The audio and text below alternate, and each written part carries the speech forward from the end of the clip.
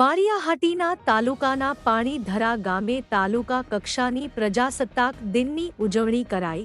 માળિયાહાટીના તાલુકાના પાણીધરા ગામે તાલુકા કક્ષાના પ્રજાસત્તાક દિનની ઉજવણી કરવામાં આવી છે। નાયબ મામલતદાર સિંગરેખિયાએ ધ્વજ વંદન કરાવી અને સલામી આપી હતી। આ પ્રસંગ મોટી સંખ્યામાં અધિકારીઓ, પોલીસ ડિપાર્ટમેન્ટ, મામલતદાર ડિપાર્ટમેન્ટ, ફોરેસ્ટ ડિપાર્ટમેન્ટ સહિતના વિવિધ ખાતાના અધિકારીઓ પણ હાજર રહ્યા હતા। સ્કૂલના વિદ્યાર્થી ભાઈ બહેનોએ સાંસ્કૃતિક કાર્યક્રમ રજૂ કર્યા હતા। સારી કામગીરી કરેલા સન્માન કરવામાં આવ્યું હતું અને સરકાર તરફથી પાણીધરાના વિકાસ માટે 5 લાખ રૂપિયા ગ્રાન્ટ ફાળવેલ છે।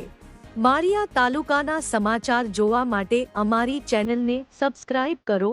રિપોર્ટર બનેસિંહ ચુડાસમા, માળિયાહાટીના।